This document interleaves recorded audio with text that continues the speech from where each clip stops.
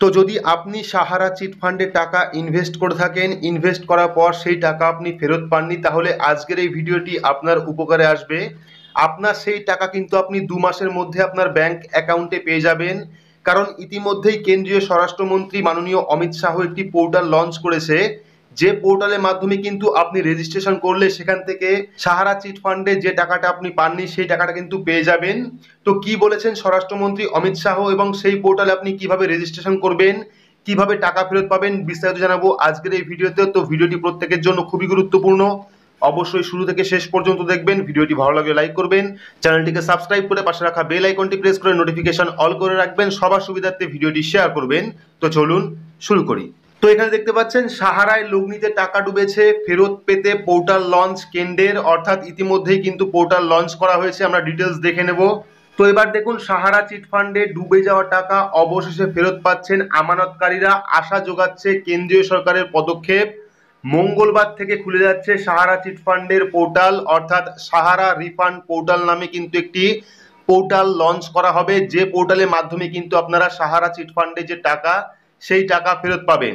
সকাল 11টায় পোর্টালটি লঞ্চ করবেন কেন্দ্রীয় স্বরাষ্ট্রমন্ত্রী অমিত শাহ, অর্থাৎ কালকে মঙ্গলবার, কালকে সকাল 11টার সময় কিন্তু এই পোর্টাল লঞ্চ করা হবে। এই পোর্টালের মাধ্যমেই আমানতকারীরা টাকা ফেরত পাবেন। পশ্চিমবঙ্গেও বহু আমানতকারী সাহারা ইন্ডিয়ার লগ্নি করেছিলেন। তো মঙ্গলবার অটল ঊর্জা ভবনে সাহারা রিফান্ড পোর্টাল লঞ্চ করবে কেন্দ্রীয় স্বরাষ্ট্রমন্ত্রী।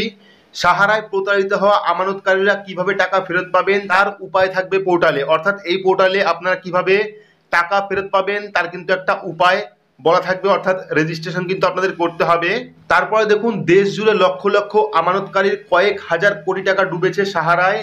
দীর্ঘদিন ধরে নানা মামলা চলছে, আমানতকারীরা টাকা ফেরতের জন্য চেষ্টা চালিয়ে যাচ্ছেন। সাহারা ইন্ডিয়ায় লগ্নি করার টাকার মেয়াদ শেষ হওয়ার পরেও তারা কিন্তু টাকা ফেরত পাননি। দেখা গিয়েছে সাহারাতে সবচেয়ে বেশি লগ্নি করেছে বিহার, ঝাড়খণ্ড, উত্তরপ্রদেশ ও মধ্যপ্রদেশের বাসিন্দা। কিছু মানুষ তো পুরো রোজগারি সাহারা ইন্ডিয়ায় লগ্নি করে নিঃস্ব হয়েছেন। তো সাহারা ইন্ডিয়ার বিষয়ে আমানতকারীরা কেন্দ্রের হস্তক্ষেপের দাবি করেছিলেন। বাজার নিয়ন্ত্রক সেবির কাছে সাহারায় জমা দেওয়া প্রায় 24,000 কোটি টাকার মধ্যে থেকে এইসব আমানতকারীকে 5,000 কোটি টাকা ফিরিয়ে দেওয়ার জন্য বুধবার কেন্দ্রকে অনুমোদন দিয়েছে সুপ্রিম কোর্ট।